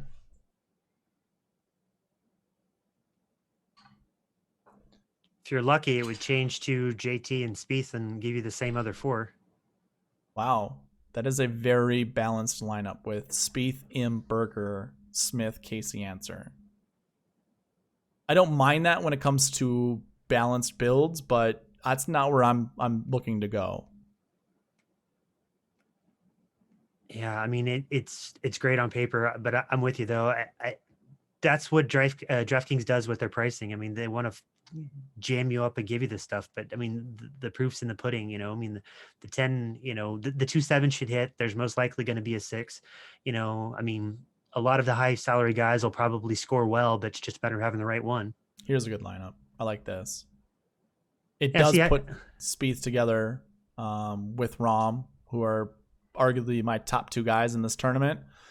Zalatoris, I don't really so much care for, but if I want those two 7Ks, I do like Paul Casey. Perhaps I put Joaquin Niemann here, and then that gets me to Abram Answer with this type of group. Or also switch out Matt Fitzpatrick for the 8,200 guy I just had in Cameron Smith, and it will work out that way. But I do think Palmer's probably going to be the glue to a lot of my lineups.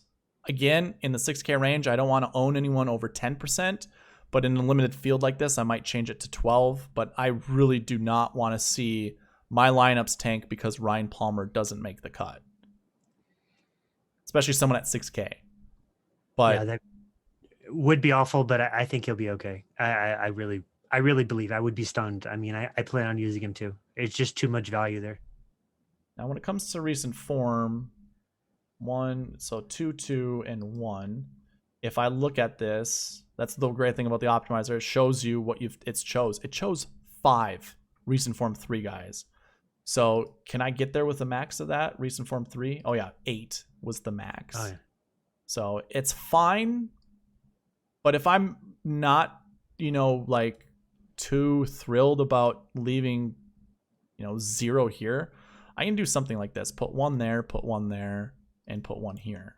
I don't want to go max numbers because sometimes the guys are priced up too much that you can't, even if it shows up inside the top 10, the way that it did on that bucket summary, we can't roster all of them. That's the hard thing I've learned throughout the years. But doing it this way where we have everyone within these 3 recent form buckets changes it a little bit. Now we add Finau, Smith, Casey, Oosthuizen, Palmer. I don't mind that. Stranger things have popped up. But yeah, I mean, it fits just looking at the parameters and the right buckets. God, I it mean, fits buckets everything, that we like. man. Yeah, no, it's Oh my surprisingly, God. it's everything. way more solid than I would have given it credit for just staring at it. Holy crap. When I've created lineups like this, I've never seen the optimizer select this. I mean, obviously I have the constraints set in here, and really this is only good one time around, but let me save this lineup and see what it could choose outside of this. Because I don't want to just look at each player and try to look at all their bucket scores to choose from. Let's see if it can get. So this is another good lineup. Although course history 1 bucket isn't there. Last year I like. Last week I like. Course history not so much. Fits everything here. Fits my strokes game buckets. But it fits to what you wanted to do too, because you weren't trying to put too many parameters in with the optimizer. So, you put the 1 or 2 things in that you really value and you really think are going to work, and let it do its thing. And the way you've got it built with the data you've got behind it, it seems to really want to work. Yeah. So, I mean, Corey Connors shows up for both of us. I really don't mind Corey Connors. There we go with Answer. I like Answer. Scotty Scheffler at 12%. That's not terrible with Scotty. And obviously these two guys together are, I mean, I think everyone's been talking about how this combination is just going to be the best combination. Or not the best, but the most owned. And if those guys finish first and second, then obviously you have to join them, or you're going to lose any type of profit you could possibly make during these contests. So the question I've been struggling with is, there's always somebody that just surprises and comes up out of nowhere. And I keep trying to surprises and just completely tanks. And I keep trying to find worst case scenario for, say, somebody over $8,000. And, I'm not trying to find I don't really know that there's an obvious fade, but, I mean, 88 guys in the field, maybe somewhere between 55 and 60 make the cut. There's going to be somebody up there that just does not show up. And dying to know if you have a guy on your radar that you're just thinking, in that range just may just not show up.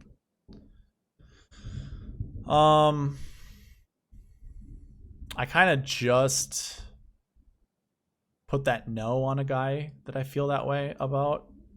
I don't know if this really meets that criteria, but I'm not a fan of Morikawa this week. I think, but he's also someone that I'm not putting a lot, like I just kind of expect he's not going to do well.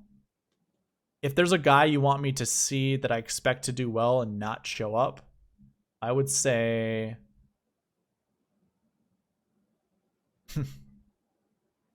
it's between Rory and it's Rory and Berger. Those are the two guys that I think can really be poised to disappoint. I think everybody else is kind of a lock to make the cut. Maybe not Brooks because of his knee injury, but that's kind of how I'm looking at Brooks. Oh, shoot. Tony Finau, too. Tony Finau, definitely another guy. So those 3 guys for me, I think. Well, there you go. You've got one in each major salary group. So I can run with that. There, seems to be, and it's every tourney, not just so much the Masters, but there seems to be that, a couple of guys to get some chatter that people talk up, and then, you hear they're going to be used, they're going to be popular, and then just disappoints. And, those are, I could buy into those guys being the prime candidates for this week too. Yeah. Well, I mean, we covered a lot of stuff, especially during the Time Pairings. I don't know really if there's much more we can go other than just more theory crafting lineups. So I think it's probably a good time to call it a day. Yeah, no, this has been great. Thank you for bringing me on and seeing the inner workings of the SweetSpot DFS and getting to see the Dream Sheet and the optimizer up close. And that's just tremendous. So, if you're still listening, and God hope you are, because I know we've been running our mouth for a little while, but take advantage of Eric's offer to, follow him on Twitter and, and like and subscribe on YouTube. And, there's still plenty of time before the Masters kicks off Thursday morning. So yeah, use it, love it, run lineups until your heart's content, and hopefully you find a good one in there, because I believe it's capable of spitting one out for you. I absolutely agree. Thank you for that, because that's also what I was going to remind the people. You can get this optimizer by being subscribed to the YouTube channel, liking this video, giving me, man, what did I say? I already forgot what my requirement was for the comment. I think it was the fade or yes. Does shot shape matter to you guys? Tell me yes or no in the comment section. And then you just have to reach out to me through email, sweetspotdfs@gmail.com. Just email me saying, hey, I am interested in this optimizer. I've already sent out, I believe, 12 optimizers to people. So if you're afraid of reaching out, don't be. I've had people of all different types of followers or whatever. I have golfers or people in the industry that reached out that provide their own content looking for this. Don't be afraid to reach out. I mean, it's all it does is it benefits you. You can either choose to use the bucket constraints here. You could choose not to. I mean, if I set this min max, 0 to 6, this is you saying, I don't care about this bucket system. You throw in your own metric here, you're going to be able to spit out whatever lineups that match your metric. So this is an optimizer for everyone, for everything. It isn't just for SweetSpotDFS. It is just, obviously my hard work being put into this and my way of thanking you for doing those two small things, or not two small things, those 4 small things. And again, also on Twitter, got to follow, got to like, got to retweet the video or the tweet that I attach this video to. So that is it. That's all it takes. Again, you get the optimizer, but probably more importantly, you get the dream sheet. You get all of this data all to yourself. What you do with it, it's up to you. I mean, if it was me, I'd be copying and pasting this for myself, especially the shot shapes, because nobody else is putting that hard work into watching videos of golfers who hit shot shapes. And this isn't just me seeing one shot shape. This is me watching a golfer hit at least 3 different types of shots and whether or not he can and can't do it. So if he can't hit a draw, I'm putting him as a fade. And likewise for draws and the other way around. So anyways, again, this is all for you guys. So that's all you got to do. Nick, thank you for joining. This ran almost 2 hours long. I don't know if anyone's going to watch it. I will go back and rewatch because there's some things I want to put on pause and take a look at for sure and rehear. But no, this has been great. Yeah, I love long form conversation. It's definitely my favorite type of listen. I mean, this is going to sound bad and it might burn me a little bit, but I can't stand a lot of the content out on the YouTubes for golf. Obviously, I like doing it this way because this is the stuff I like to listen to. Some people might like it, might not like it, but at least we're adding a little bit of variety into the industry. But that's my whine. You whined to me earlier before we got on a podcast. That's my whine to you. But different is good and different is what, and I told you this before and I'll say it live on the air. Different is what's going to separate you from everybody else. And, right. With the buckets you have, and one of my favorite things is actually what you have on the screen still, you've got the frequency here. So you can actually see, this is your cheat sheet to gold right here. I mean, your 20 to 40, rank 1, it tells you what to chase, here. And so get it, or if you don't get it, rewatch the video, pause it when you can, yes. Grab what you can, write down what you can, and just go to town and have fun. And be sure to thank Eric when you win tons of money. And reach out with any questions. That's one thing I also forget to say. If you have questions about anything of the optimizer, how to utilize it, or how to optimize it, whatever, just reach out. I answer questions as quick as I possibly can. So I want to offer that to you. But this is my Minnesota goodbye. I don't know if you've ever heard of that before, but we just continue talking while we say goodbye several times over and over. But I am going to end the video right here. So thank you, Nick. You can stay on the line. I'll stop the video here after my little outro. But thank you guys for watching. Please leave a like, comment, subscribe, all that good stuff. And I hope you got all the way to the 2 hours here. I definitely appreciate it. And I will see you in the review video. Let's win some money. All right, bye.